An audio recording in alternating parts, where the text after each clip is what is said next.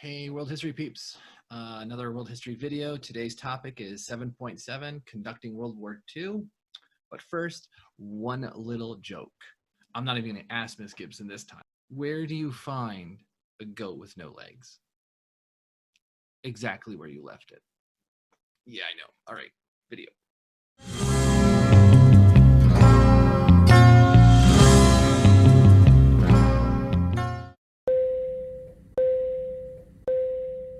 Last class, we left off with the prelude to World War II when it started with the Japanese invasion of China. And now we're going to talk about the full-scale war of World War II. First, the Japanese military takes over the government and continues on an imperialist policy of gaining land territory and trying to create a new order within Asia. They set their sights on Manchuria and they invade that. They were looking at Siberia, but since the Soviets and the Nazis signed the Nazi-Soviet non-aggression pact, Japan was worried that Russia won't attack Germany as an ally of Japan. They will attack Japan. And so they set their sights elsewhere, seeing the imperialist powers taking over most of Southeast and South Asia. They move southward. And as they move southward, they go into invade Taiwan.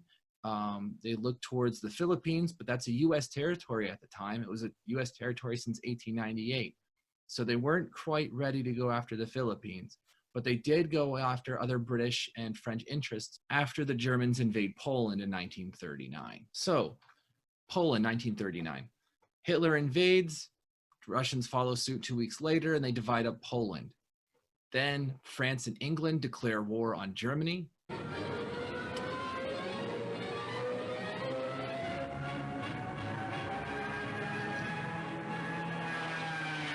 And in preparations, Hitler invades Denmark and conquers Norway, and then sets its sights on what's called a blitzkrieg in France.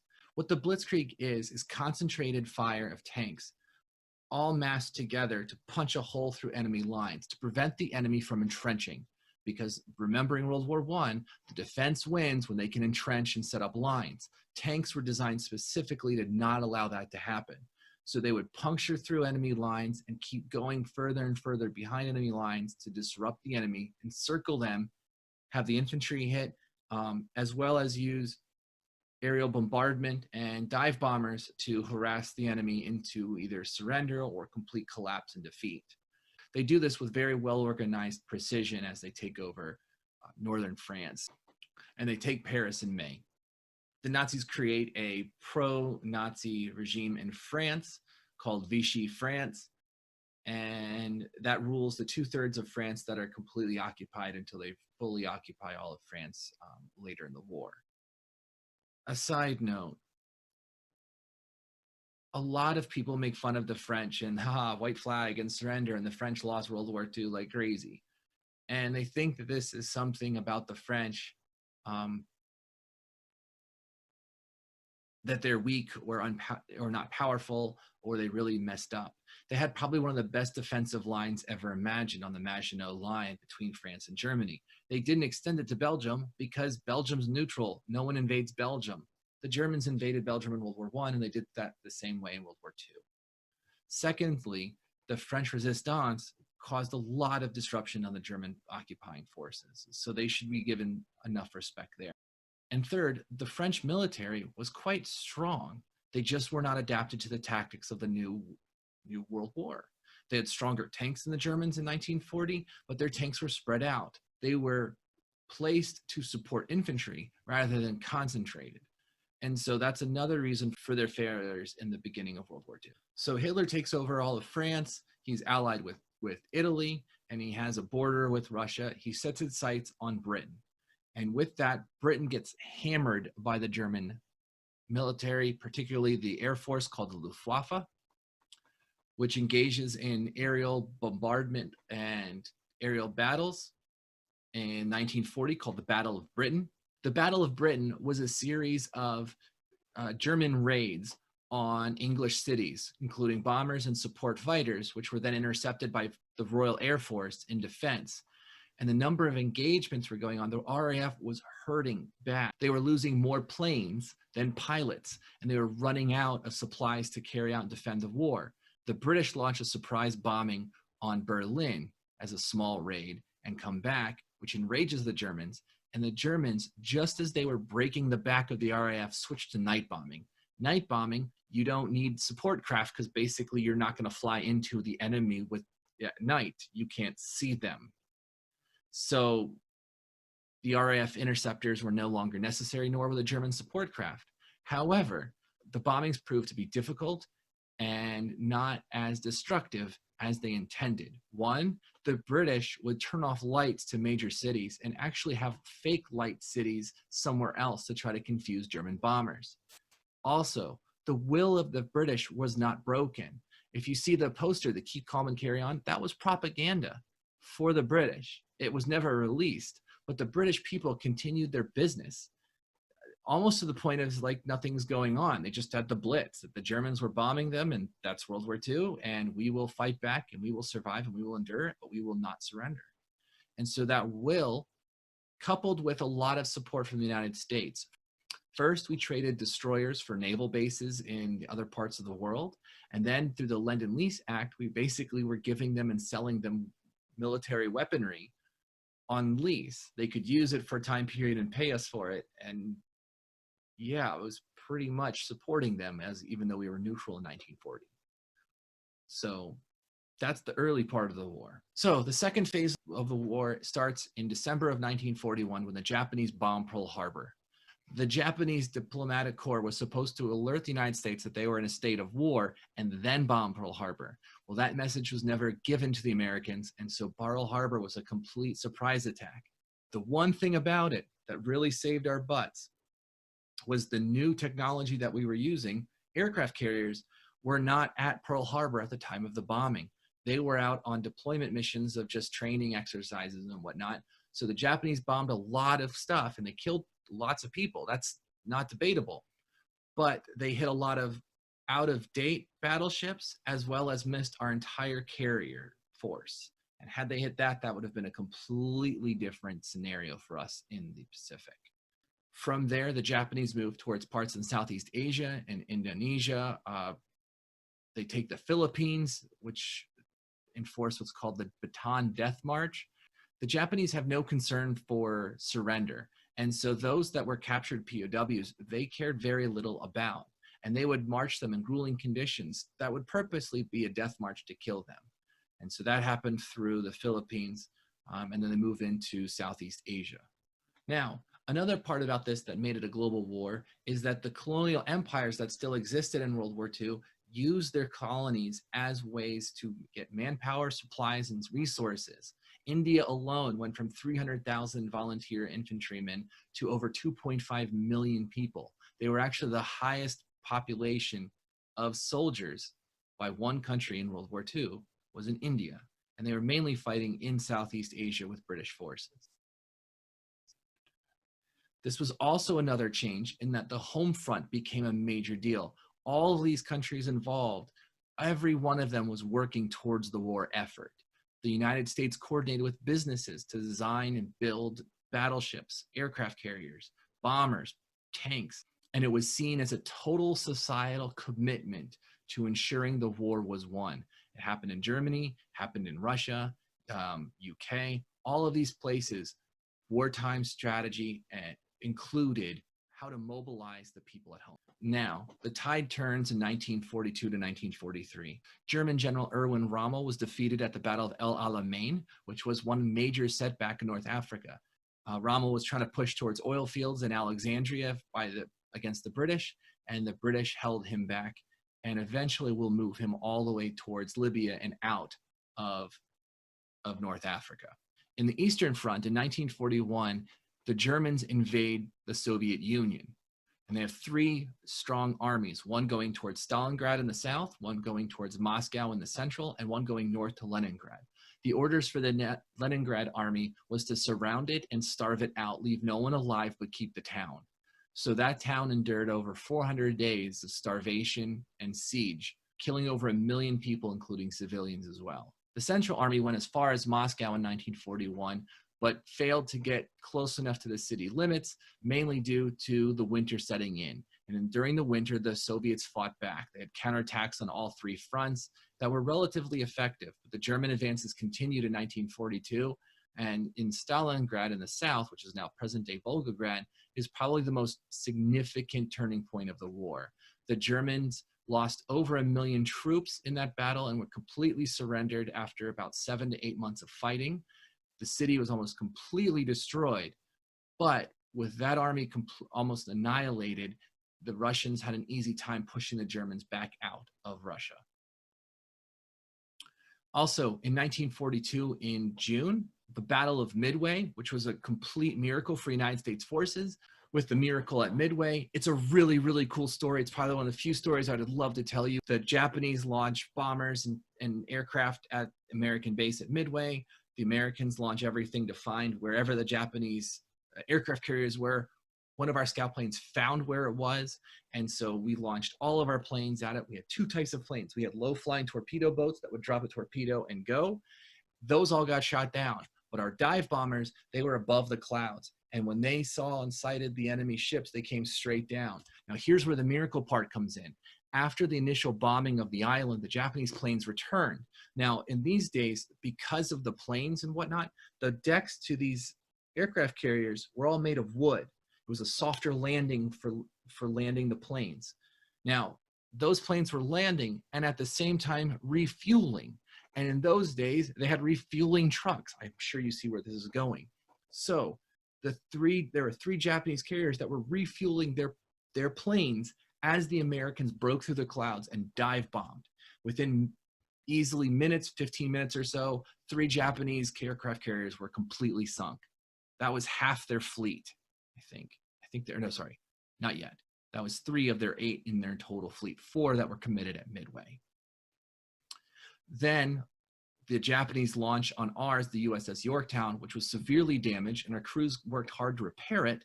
At the same point, we relaunched and found their 4th carrier and sunk that. They managed to come back and hit one of our carriers. They saw a brand new one, didn't look as damaged, bombed that. That turned out to be the Yorktown again. It was so well fixed up that it looked like an untouched carrier, and they sank it eventually as we scuttled the ship. But the United States lost 1 aircraft carrier at Midway. The Japanese lost 4.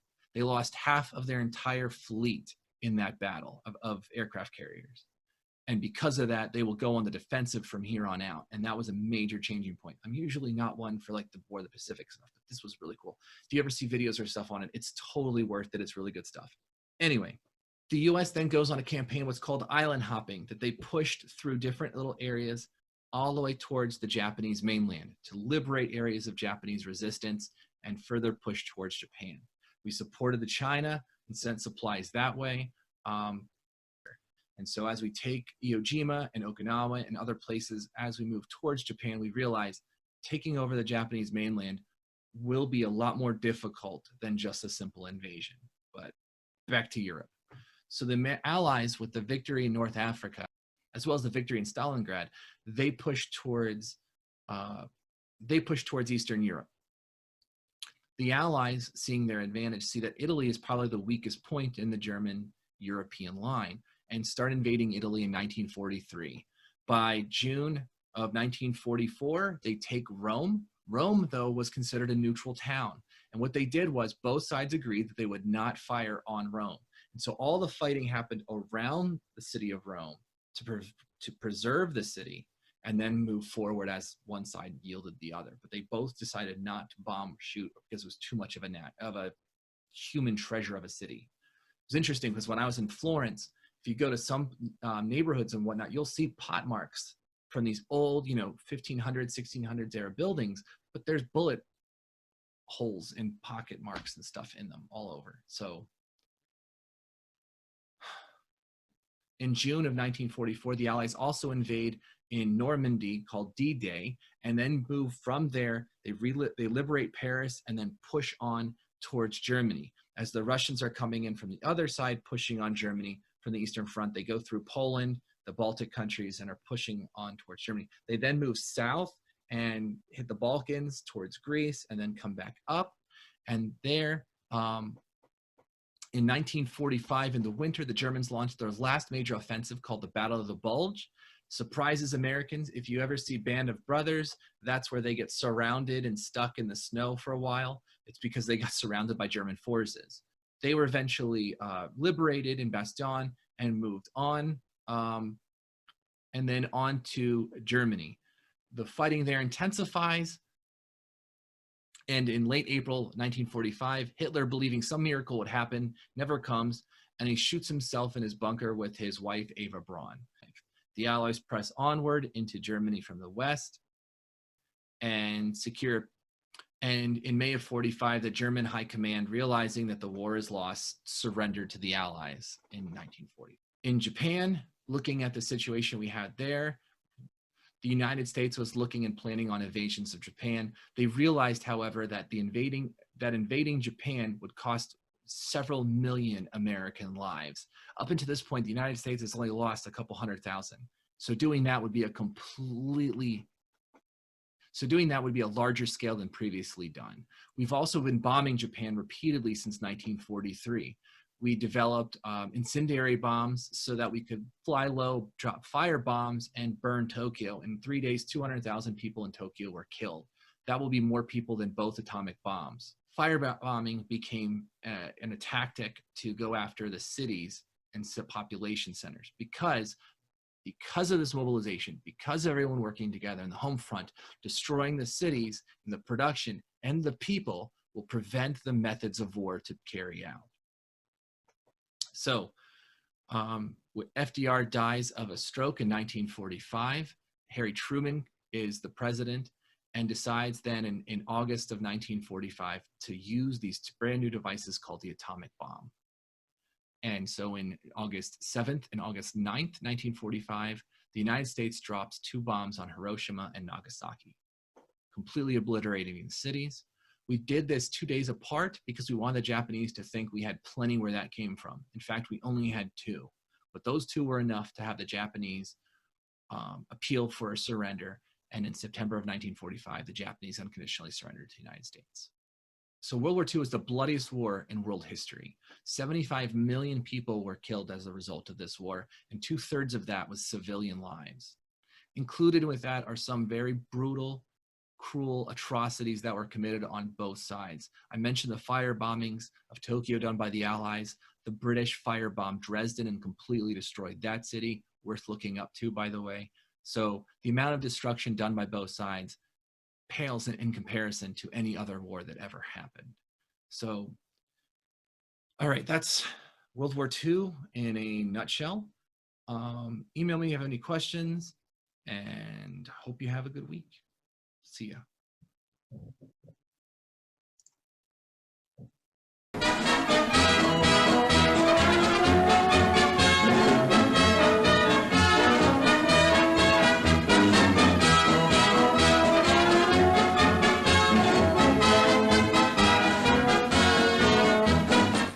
Casablanca right into the shade, Hitler entertains his Axis partner in Berlin. The first item is that well-known maneuver recently renamed the Westward Advance.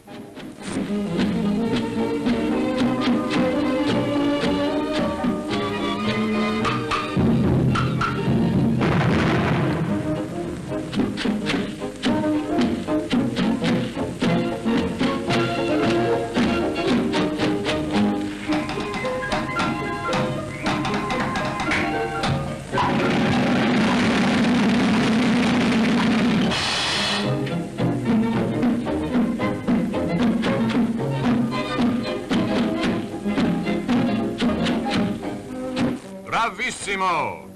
Now it is proposed by Mr. Mussolini, seconded by all the herring folk, that Corporal Hitler himself should demonstrate a few steps. After you, Musso. No, after you, Adolf. Come on, don't be nervous.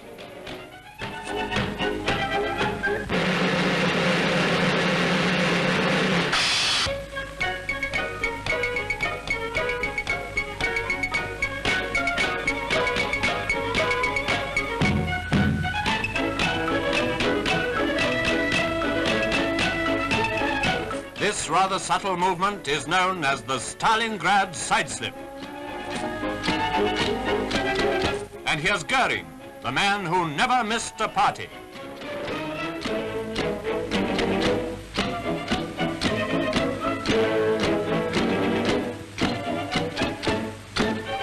Bravissimo! Eccellente!